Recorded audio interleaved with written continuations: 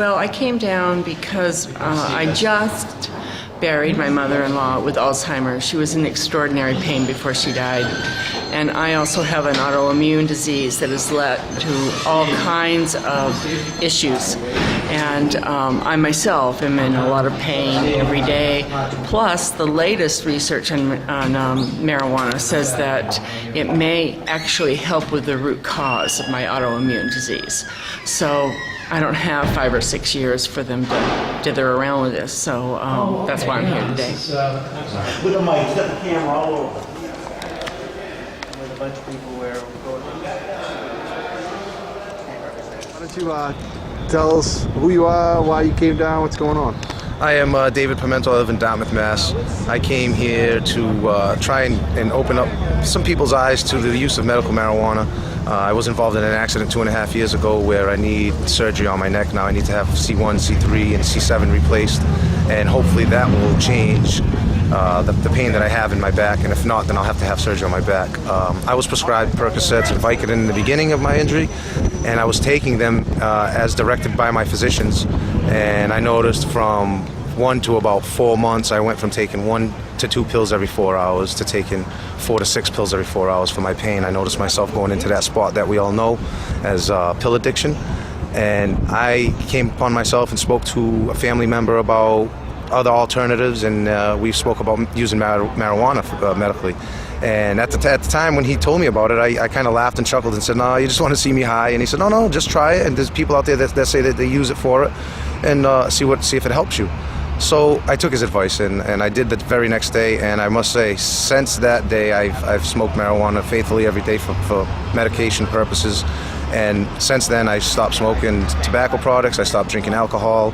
I feel 100%. Not 100% better with my pain in my neck or on my back, but as a person, as someone I want to share this with the American people out there. It's very important to me.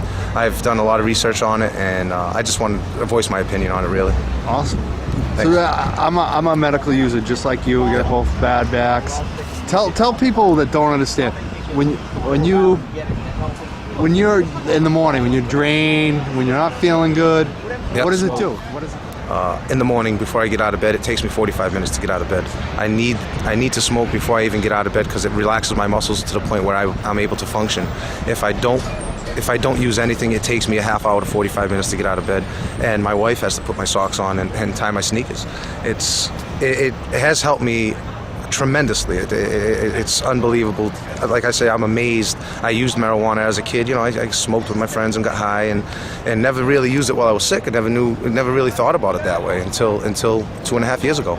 I'm 35 years old now, and I've been doing it for 2.5 years. I haven't had any problems with my life. I just actually made my life a little bit better, and I just want to share my views on it with everybody and let them know that there is an alternative out there. If you feel yourself getting into that depression and you know, that pill addiction state, really just think about smoking marijuana and trying it out, because it really will help you. It will save your life. I absolutely believe that 100% that it will. Do you use brownies and other things like that? I haven't, because it's kind of expensive for me to get it right now. You know what I'm saying? I can't grow it because it's illegal to grow. I can't really afford to experiment with it because I need it.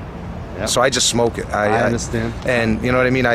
I know that you can, you know, make lollipops out of it and brownies and cookies, and I have tried, my friends have tried, but they don't have the right recipe where they'll either use too much or too little marijuana, so it doesn't work in the right way.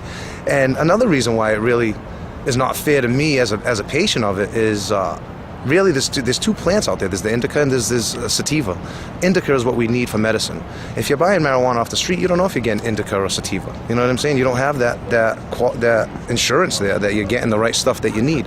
So that's one of the main reasons why I want to be able to grow it for myself, so I know that I'm growing my own medication. I know that's exactly what I need for my pain, and I won't make the mistake of taking something else that's really not going to help me. Sometimes, depending on the marijuana that's out there, it sometimes might make me feel worse than actually help me if it's not the right plant.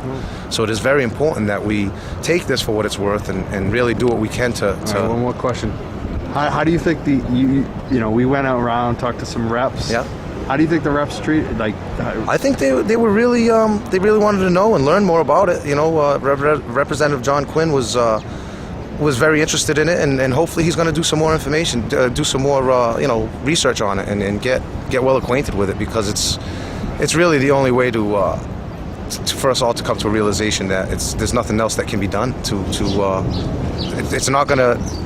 Nothing will ever stop me from using it now that I know what it does for me, and I know the facts about it. I know that it really doesn't do anything wrong to my body, other than the part of us inhaling smoke. That for our bodies is not good, but other than that, it doesn't do anything wrong to us.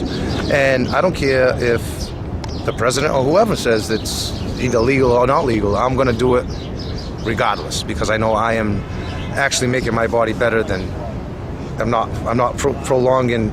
I am actually prolonging my life by smoking marijuana. I believe that. How'd you hear about the meeting today? MikeCan.net. That's how I heard about the lobbying today. I found it on the internet, and as I was doing my research, and you got to put it all out there, man. It's 438,000 people die of tobacco use every year in this country. 75 to 85,000 people die of alcohol use in this country. Over-the-counter prescriptions, 106,000 people worldwide die every year. What else is out there? Like the cocaine and all that. 100,000 people a year die to cocaine and meth and all that other stuff. Aspirin kills people. And aspirin, yeah, that's the over-the-counter prescription, over-the-counter medication that you can go to CVS right now and buy. If you swallow a bottle of Tylenol, you're gonna overdose and you're gonna die. My 10-year-old son can go into a store and buy Tylenol. You have to smoke 6 pounds of marijuana in 15 minutes to physically die from it. I can't even do that. You know what I'm saying? As much as I would love to, you can't. It's impossible. Yeah. You have to be able to smoke 6 pounds of marijuana in 15 minutes to die. So I can't understand how Tylenol is still out on the shelves, Bayer and everything else that they got out there, Excedrin and all that. You take somebody wants to end their life, you don't need to put a rope around your neck anymore. You just go to CVS, buy a bottle of Tylenol, and take the whole thing, and you're going to go to sleep. It's probably the best way to die, if you ask me. You're going to sleep. So they've had this in the United States forever.